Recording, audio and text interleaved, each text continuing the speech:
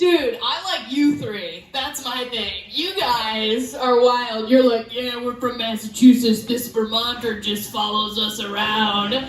That's so Massachusetts to like go to someone's state and be like, this is our town now. You guys gotta follow us, you know?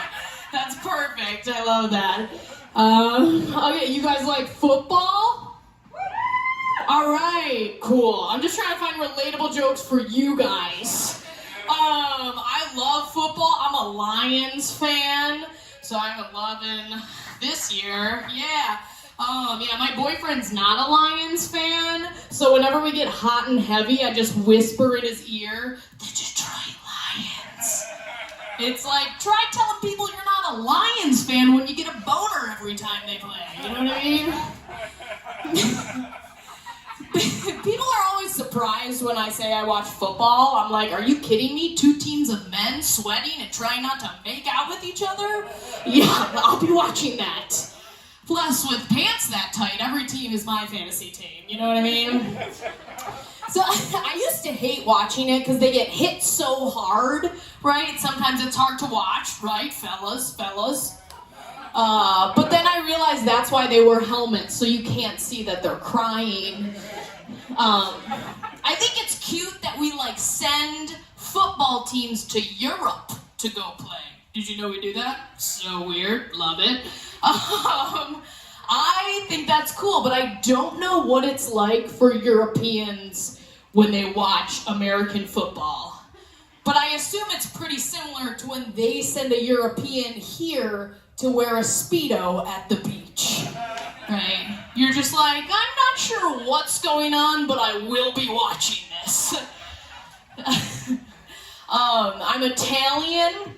I am half Italian, which means my dad is 100% Italian, which means my grandma is off the boat Italian, which means I'm always yelling. Yeah. And when I'm not yelling, I'm eating. And if I'm not yelling or eating, I'm probably dead, right? Send help.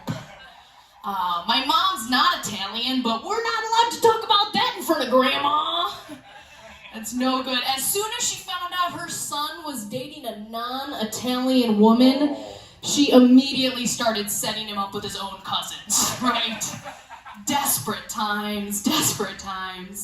And she speaks Italian, so when I was little, I always thought it was fun to go over her house with a bunch of phrases and swears, and she would translate them for me, which I always thought was really cool. But then, as I got older, I was like, is she actually translating words, or is she just saying the words with an Italian accent? You know, and that's crazy. That's a crazy thing to do, but my grandma, she does a lot of crazy shit, you know? One time, she pressed her life alert button 13 times because she ran out of prosciutto. That is a true story. We were like, Grandma, why didn't you just call one of us? And she said, oh, the firemen come here faster. We found out she needed lunch meat because the cops called us. That's what went on. She used to say a lot of crazy shit too. She said, one time she told me, she said, Julia, your boobs look like 2 fried eggs. Yeah. I don't know how you guys found out you were going through puberty, but that was me. And it wouldn't be that crazy if she forgot how to speak Italian, right? Because she's, at this point, 94 years old. And she came over here when she was 11, so she could have forgotten, right? That's like a piece of cheese saying it can still speak milk at that point.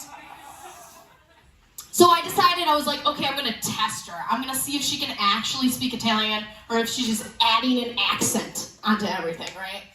So I go over her house and I was like, hey Grandma, how do you say the word creative in Italian? And she thought for a second and then she was just like, oh, creative, She duped me my whole life. You know, I was so mad for a second.